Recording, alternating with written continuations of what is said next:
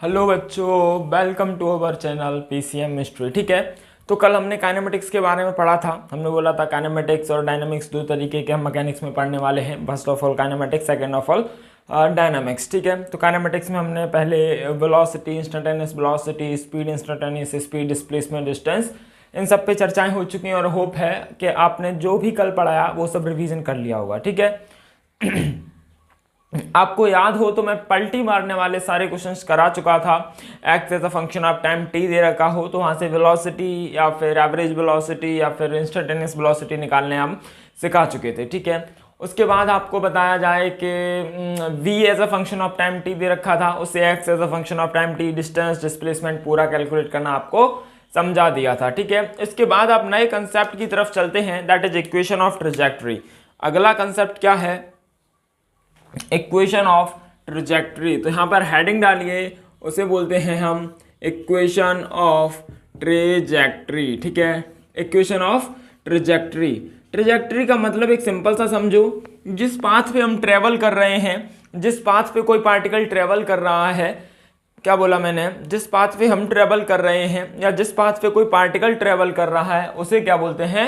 Equation of trajectory. अच्छा sir, उसे बोलते हैं इक्वेशन ऑफ ट्रेजेक्टरी। बिल्कुल सर, तो इक्वेशन ऑफ ट्रेजेक्टरी समझ में आया कि सर इक्वेशन ऑफ ट्रेजेक्टरी बोलते हैं जिस पाथ पे हम ट्रेवल कर रहे हैं उस पाथ की इक्वेशन को क्या बोलते हैं?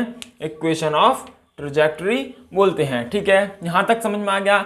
तो सर इक्वेशन ऑफ ट्रेजेक्टरी क्या है सर, इसका कंसेप्ट? जैसे कि आपने पढ़ा होगा, प्रोजेक्टाइल मोशन पढ़ा है ना आपने, शायद सुना हो ऐसा। तो इस तरीके के मोशन को क्या बोलते हैं? प्रोजेक्टाइल मोशन बोलते हैं।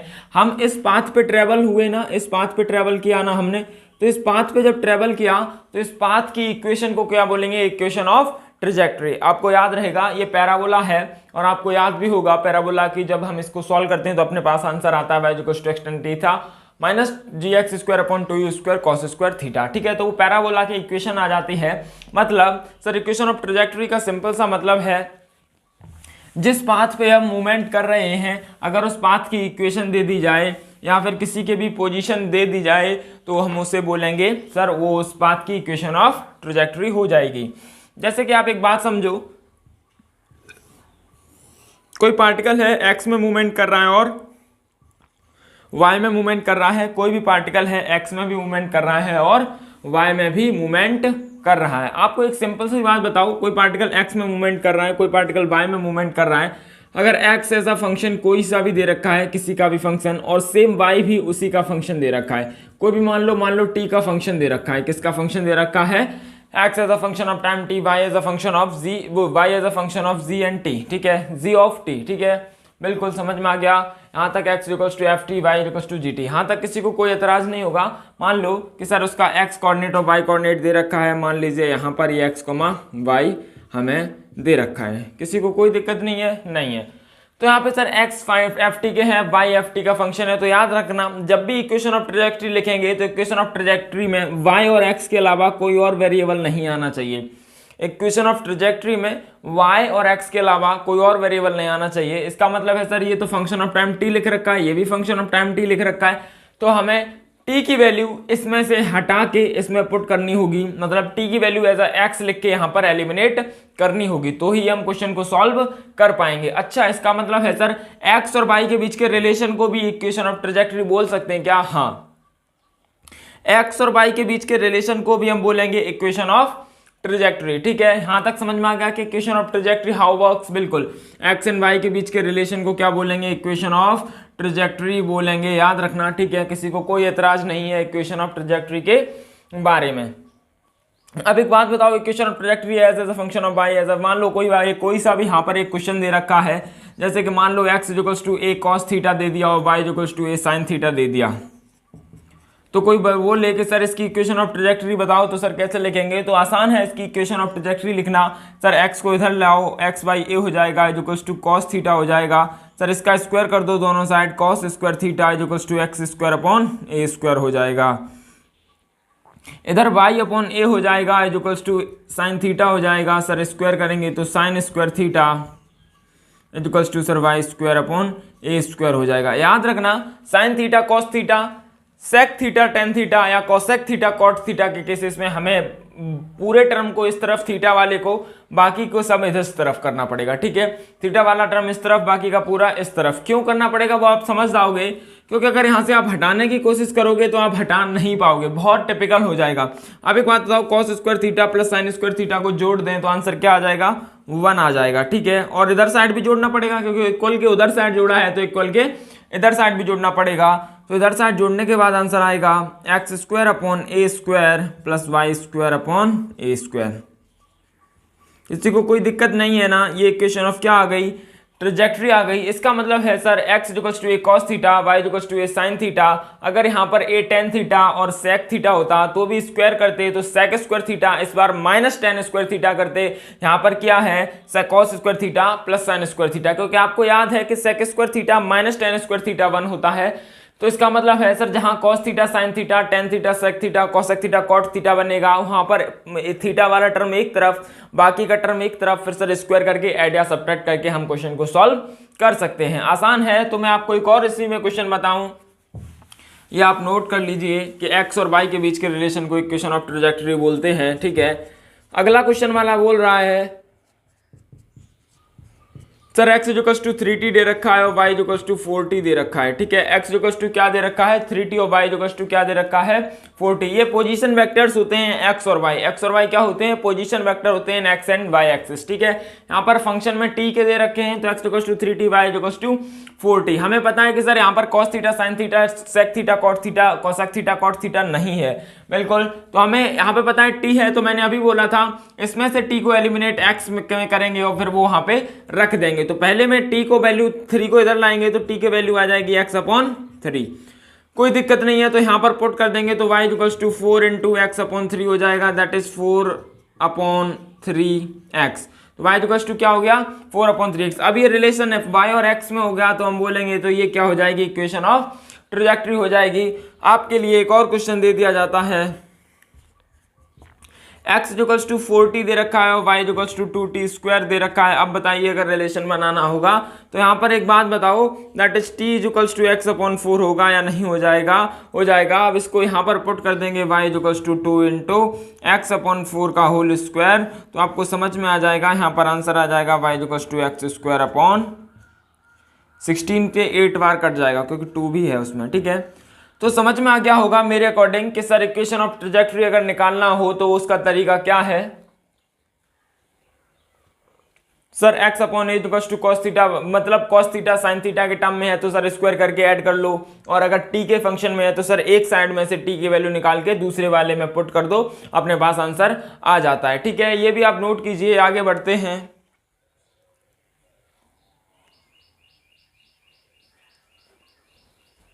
नोट कर लिया होगा तो थोड़ा सा इसमें आगे चला जाए।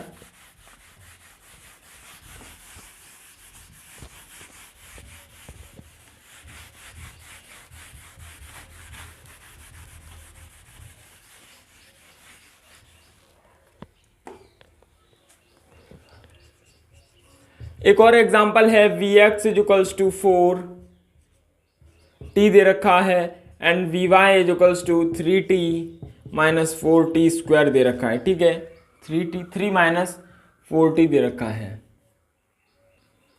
3 माइनस 4t दे रखा है, vx 4t vy 3t। तो इसमें भी इक्वेशन ऑफ ट्रेजेक्टरी बतानी है।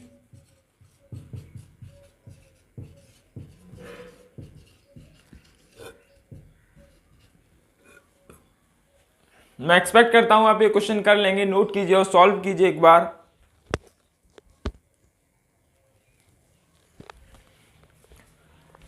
तो इसमें सिंपल सी बात है, एक बात आप समझिए और इस क्वेश्चन को समझने की कोशिश तो कीजिए एक बार कि vx इक्वल्स टू क्या दे रखा है, vx इक्वल्स टू 4t दे रखा है and vy equals to 3 minus 4t दे रखा है। इक्वेशन ऑफ ट्रेजेक्टरी बतानी है।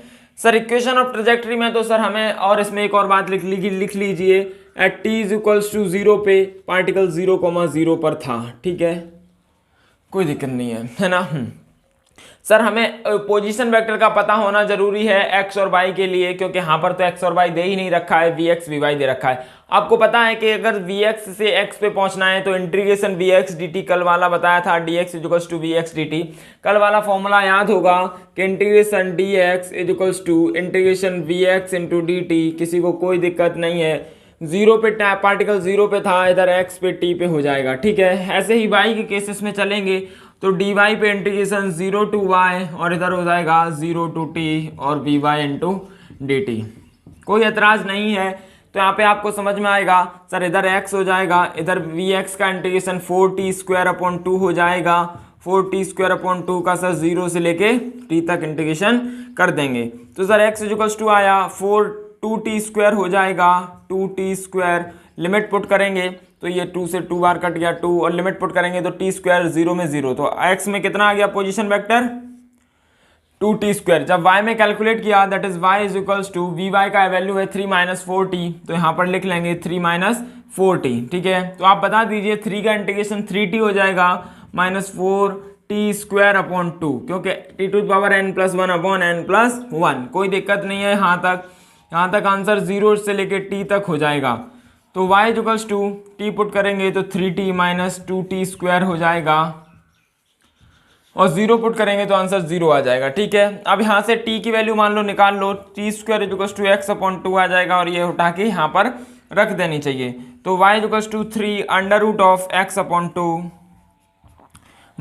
2x/2, t² की वैल्यू पुट कर दी तो 2 से 2 कट गया, that is y equals to 3 √x/2 - x। सबको समझ में आ गया होगा, y equals to 3√x/2 - x, ठीक है। ये इक्वेशन ऑफ ट्रेजेक्टरी आ गई इस वाले की। आपको एक और क्वेश्चन मैं इसी में कराता हूं, इक्वेशन ऑफ ट्रेजेक्टरी पर ही बेस्ड है अगला क्वेश्चन।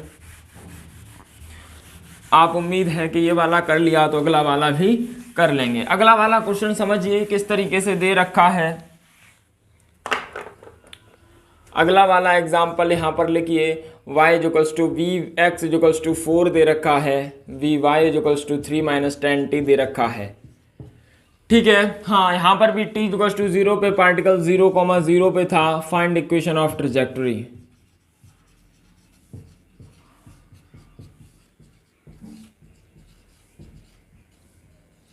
ठीक है, सॉल्व कीजिए। किसी को ऐसा डाउट तो नहीं आ रहा कि सर आप 0,0 क्यों मान रहे हो? 0,0 इसलिए मान रहा हूं क्योंकि आपको ये आसानी से फिर क्वेश्चन सॉल्व हो जाएगा। अगर आप यहाँ पे 2,4 ले लोगे तो बस लिमिट में चेंज आ जाएंगे कि लिमिट अभी 0 से x करते हैं, फिर 2 से लेके x हो जाएगी, इधर 0 से y करते हैं तो 4 से लेके y हो जाएगी।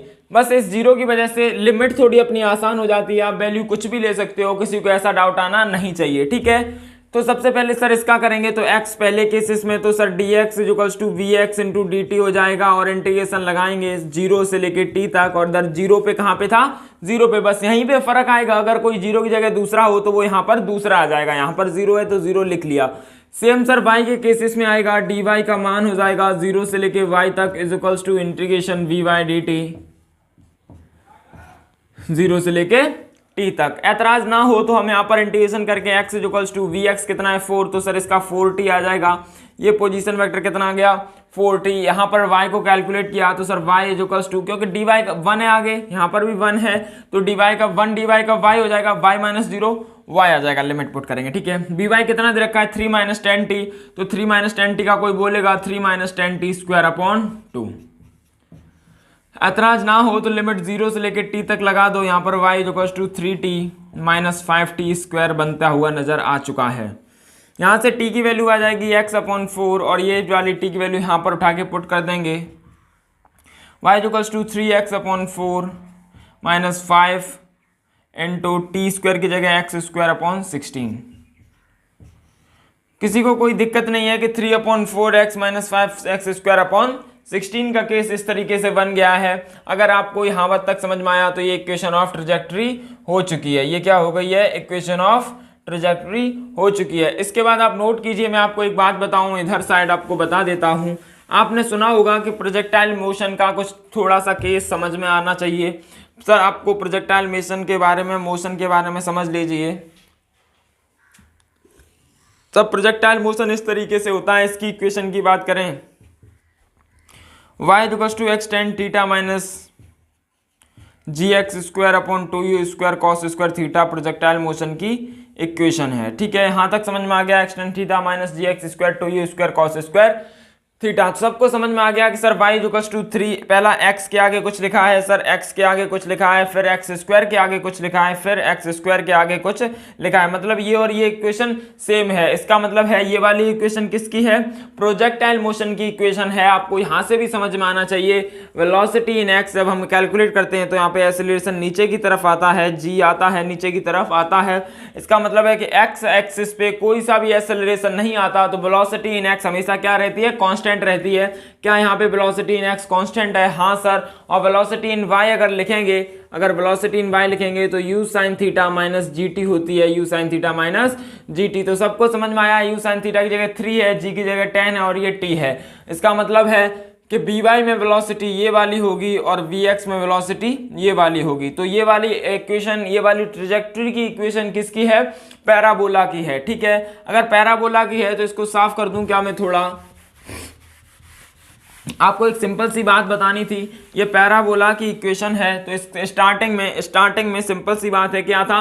स्टार्टिंग में एक्स एक्सिस में तो सर हमेशा 4 रहनी थी और वाई एक्सिस में स्टार्टिंग में कितनी थी? 3 थी, क्योंकि 3 माइनस 10 टी था ना, बिल्कुल। तो स्टार्टिंग में एक्स इधर 4 रहनी थी, इधर 3 थी। अगर मान लो किसी भी एक्स कॉमा वाई पे हमें जाके अगर हमें बोला जाए, अगर यहाँ का डिस्प्लेसमेंट कोई बताएगा इस वाले पॉइंट का क्या हो जाएगा, तो इस वाले पॉइंट को डायरेक्टली जोड़ देंगे इसे ओ मान लो, तो ओ बी क्या हो गया? डिस्प्लेसमेंट हो चुका है। O B shortest distance O B ही होगी, वो क्या हो गई? डिस्प्लेसमेंट। ठीक है, और डिस्प्लेसमेंट के बाद डिस्टेंस की बात करें तो ओ सी बी ये वाला पाथ होगा, इसकी जो लेंथ होगी वो क्या हो जाएगी? डिस्टेंस हो जाएगी। क्या हो जाएगी?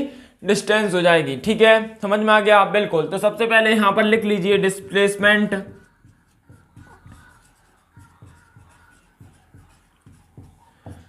डिस्प्लेसमेंट ट्रेवल्ड का मतलब यहां पर कितना होगा वो समझ लीजिए। Integration v vector into d t. V vector का मतलब आपको समझ में आ गया होगा। विथ डायरेक्शन अगर लिख लिया जाए और डी टी, तो ये क्या हो जाएगा? डिस्प्लेसमेंट हो जाएगा। डिस्प्लेसमेंट के बाद एक और बात है, दैट इज डिस्टेंस ट्रेवल। क्या है वो वाली बात? Distance travel. तो आपको यहां पर भी समझ में आ जाएगा। डिस्टेंस ट्रेवल का फॉर्मूला याद रखना, इंटीग्रेशन वी वेक्टर का मॉड इनटू dt।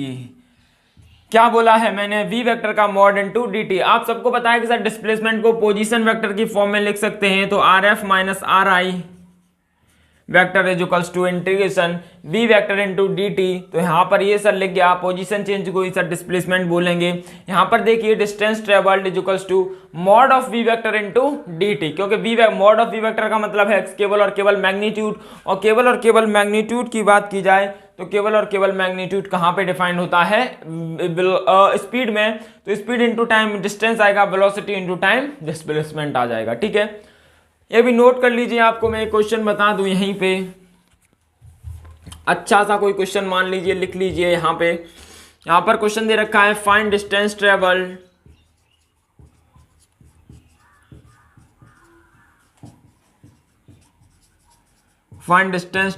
इन 5 सेकेंड। 5 सेकेंड में डिस्टेंस ट्रेवल बतानी है, और यहां पर आर वेक्टर दे रखा है, r vector is equals to 10 sin 2t i cap plus 10 into 1 minus 5। इसकी जगह 5 मान लो, इसकी जगह भी 5 मान लो। 5 into 1 minus cos 2t j cap. ठीक है, तो हमें बताना है डिस्टेंस ट्रेवल बताओ कितनी होगी 5 सेकंड में। ठीक है, सबको समझ में आ गया होगा कि सर इसमें डिस्टेंस ट्रेवल बतानी है। बताइए, अगर आपको डिस्प्लेसमेंट पूछा जाए 5 सेकंड में तो डिस्प्लेसमेंट बता दीजिए, अगर आपको डिस्टेंस पूछी जा रही है तो डिस्टेंस बता दीजिए। यहां पर डिस्प्लेसमेंट भी लिख लीजिएगा, आपको डिस्प्लेसमेंट भी बताना है। तो इसमें आपको पता है कि डिस्प्लेसमेंट और डिस्टेंस ट्रेवल बतानी है 5 सेकंड में। ठीक है, r vector is equals to 5 sin 2t i cap plus 5 into 1 minus cos 2t j cap दे रखा है। V vector is equals to d r vector upon d t vector दे रखा है। ठीक है, कोई दिक्कत नहीं है। तो यहाँ पर आप एक बात बताइए, 5 फाइंड डिस्टेंस, तो पहले आर वेक्टर क्या दे रखा है? That is 5 sin 2t i cap plus 5 into 1 minus cos 2t j cap. कोई दिक्कत नहीं है ना यहाँ तक? बिल्कुल। तो इस पे सबसे पहले डिफरेंशिएट करना होगा। V vector is equal to d r vector upon d t given होता है, तो सर डिफरेंशिएट करेंगे तो बी वेक्टर आ जाएगा that is 5 into 2, so sine का क्या हो जाएगा कॉस 2t और 2t का क्या हो जाएगा 2 प्लस 5 इंटू 1 5 हो जाएगा, 5 का डिफरेंशिएशन 0 होता है, माइनस 5 इंटू कॉस का होगा माइनस साइन 2t और इंटू में आ जाएगा 2 और इंटू में क्या आ जाएगा जे कैप। ये माइनस माइनस प्लस का हो जाएगा, तो यहाँ पर बी वेक्टर की वैल्यू आ जाएगी 5 cos 2t, 5 to 10 cos 2t i cap plus 5 of minus minus plus हो जाएगा 5 to sign 2t j cap.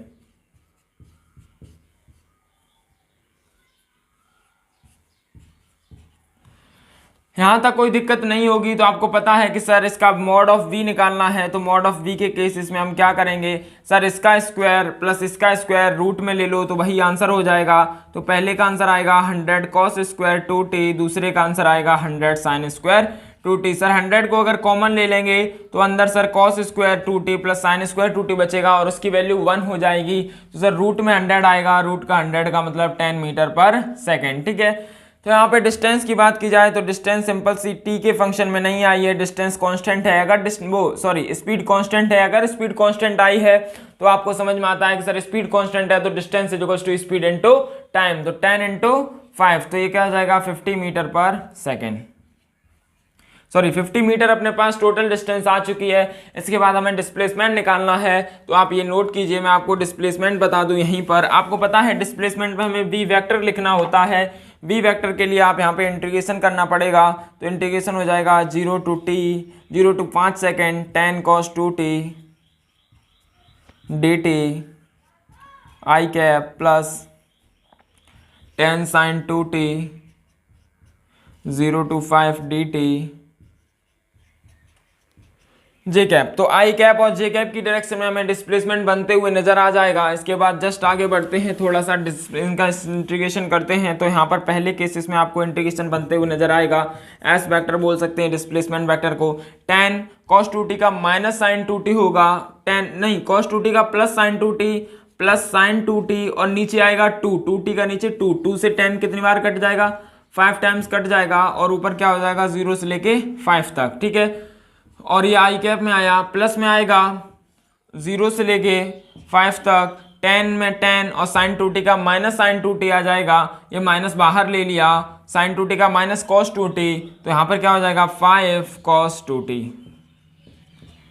और ये इधर आ जाएगा जे कैप में। किसी को कोई एतराज तो नहीं है ये कैसे आ गया, ठीक है, आप इंटीग्रेशन कर लेना। इसके बाद यहाँ पर आगे लिखते हैं t की जगह 5 पुट करेंगे तो 5 sin 2t 2 into 5 that is 5 sin 10, बिल्कुल 0 पुट करेंगे तो 0 साइन 0 की वैल्यू 0, फर्क नहीं पड़ता, that is I cap minus 5 cos 2t 2t का मतलब t की जगह सबसे पहले 5 पुट करेंगे तो 5 cos 10 माइनस में आ जाएगा 0 पुट करेंगे तो 5 और ये क्या आ जाएगा जे कैप। तो ये वाला अपना डिस्प्लेसमेंट आ चुका है और आप याद रखना डिस्प्लेसमेंट को भी और आपको याद रखना है किसको, डिस्टेंस को भी, ठीक है।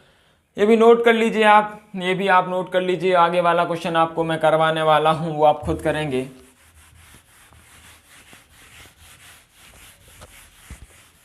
यहां पर आपको एक और बात बता दी जाए, यहीं पर आप लिख लीजिए उसी वाले जो अभी लिख रखा था, क्या लिख रखा था, r vector is equals to बताइए 5 sin 2t i cap plus 5 into 1 minus cos 2t j cap, ठीक है। इसकी आपको इक्वेशन ऑफ ट्रेजेक्टरी अगर लिखनी हो तो किस तरीके से लिखेंगे, वही वाला क्वेश्चन है, उसी में एक और क्वेश्चन ऐड कर लीजिए, find the equation of trajectory. तो यहाँ पर समझ में आया कि सर एक्स में दे रखा है 5 sin 2t और आपने बोला था सर साइन और कॉस जब जब आएंगे तब सर पूरी एक चीज एक तरफ और पूरी एक चीज कॉस वाला टर्म एक तरफ, साइन वाला टर्म एक तरफ, बचा हुआ पूरा टर्म एक तरफ, ठीक है, कोई दिक्कत नहीं है ना। तो पहले केस में साइन 2t बराबर x बट्टे 5 आएगा, दूसरे केस में 1 माइनस cos 2t बराबर y बट्टे 5 आएगा, सही है। इस 1 को इधर ले जाओ या 1 माइनस y अपॉन 5 लेके आओ और ये हो जाएगा cos 2t। सर स्क्वायर करके ऐड कर दीजिए, तो यहाँ पे समझ में आया कि एक्स वाई 5 का whole square plus 1 into y upon 5 का होल स्क्वायर इक्वल्स टू क्या हो जाएगा 1। तो यहाँ पर आ जाएगा एक्स वाई 5 का whole square plus y upon 5 minus 1 का होल स्क्वायर भी लिख सकते हैं इक्वल्स टू 1। क्या एलसीएम ले लिया जाए? एलसीएम लेंगे तो x square plus y minus 5 का होल स्क्वायर इक्वल्स टू 25 हो जाएगा। तो यहाँ पर आपको सिंपल सा समझ में आया, ये इक्वेशन ऑफ सर्कल है। अगर मान लो कोई टायर है, ये रोटेशन में आपको इसका यूज आएगा, तो मैं आपको थोड़ा सा आइडिया दे देता हूँ। मान लो कोई टायर है, उसका मूवमेंट किस तरीके से होगा, उसकी ट्रेजेक्टरी क्या होने वाली है, तो उसके बारे में ये सब चर्चाएं हैं। इसका यूज मैं रोटेशन में भी करूंगा, तो थोड़ा सा आप ध्यान से इसका याद रखना। ठीक है, आपको एक और क्वेश्चन आपको देता हूं, आप खुद सॉल्व करिए, ट्राई कीजिए उस क्वेश्चन को। एग्जांपल मान लीजिए कोई क्वेश्चन है, बी वेक्टर इक्वल्स टू दे रखा है 30i cap plus 4 minus 10j cap t into j cap. इसका क्या करना है? Find average speed, find average speed बता दीजिए। और आप डिस्प्लेसमेंट खुद कैलकुलेट करके देख लीजिएगा, इसका उसमें ऐसा कोई फंडामेंटल है नहीं, आप खुद कर लीजिएगा। HW में क्या करना है? Displacement in 5 second. Average speed और डिस्प्लेसमेंट दोनों किसमें कितने सेकंड में निकालने हैं? इन 5 सेकेंड। ठीक है, ट्राई कीजिए आप इस क्वेश्चन को भी एक बार जल्दी से ट्राई कीजिए। V vector equals to 30i cap. ठीक है, मैं आपको सॉल्व कराता हूँ ये वाला क्वेश्चन, वो किस तरीके से, ये देख लीजिए इस तरफ। वी वेक्टर दे रखा है 30i कैप। तो सबसे पहले सर हमें अगर इसका एवरेज स्पीड निकालना है, तो एवरेज स्पीड में टोटल डिस्टेंस निकालनी पड़ती है। सर टोटल डिस्टेंस के लिए हमें मॉड v निकालना पड़ेगा। मॉड v का मतलब सर यहाँ पे समझ में आता है कि सर 13 का स्क्वायर इधर आ जाएगा, प्लस सर 4 माइनस 10t का होल स्क्वायर इस साइड आ जाएगा। थोड़ा सा अच्छा क्वेश्चन आपको ये नजर आता हुआ बनेगा कि v इक्वल्स टू 900 हो जाएगा इस तरफ, प्लस इसका होल स्क्वायर खोलेंगे 16 plus 10 100t square plus minus में हो जाएगा 80t।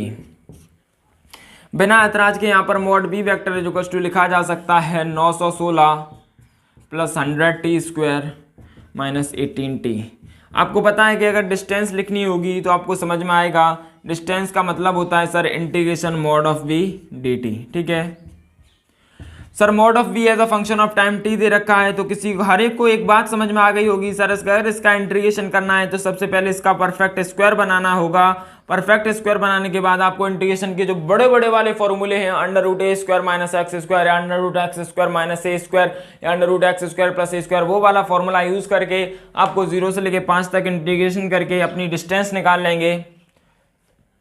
डिस्टेंस को 5 सेकंड से डिवाइड कर देंगे, एवरेज स्पीड आ जाएगी। और अगर इसका इंटीग्रेशन कर देंगे 0 से लेके 5 तक, तो अपना क्या आ जाएगा? डिस्प्लेसमेंट आ जाएगा। ठीक है, ये थोड़ा सा यहाँ पर अच्छा क्वेश्चन का मतलब है कि थोड़ी कैलकुलेशन थोड़ी सी ज्यादा बाइट हो रही है। क्वेश्चन का कोई खास कंसेप्ट नहीं है, जो पिछले वाले क्वेश्चन का कंसेप्ट था वही इस वाले क्वेश्चन का कंसेप्ट है। ठीक है, तो आप ये नोट कर लीजिए और इस क्वेश्चन को आप सॉल्व कर लीजिए। अगर आपको नहीं आता है तो हम नेक्स्ट क्लास में इसके बारे में डिस्कशन भी कर लेंगे। ओके, आप पढ़ते रहिए और आगे अगली क्लास में मिलेंगे एक्सेलरेशन के साथ। इसमें जो क्वेश्चंस आपको बताने थे वो आपको मैंने बता दिया है, ट्रेजेक्टरी वगैरह पे। थैंक यू, आपको मिलते हैं नेक्स्ट क्लास में। Tata bye bye.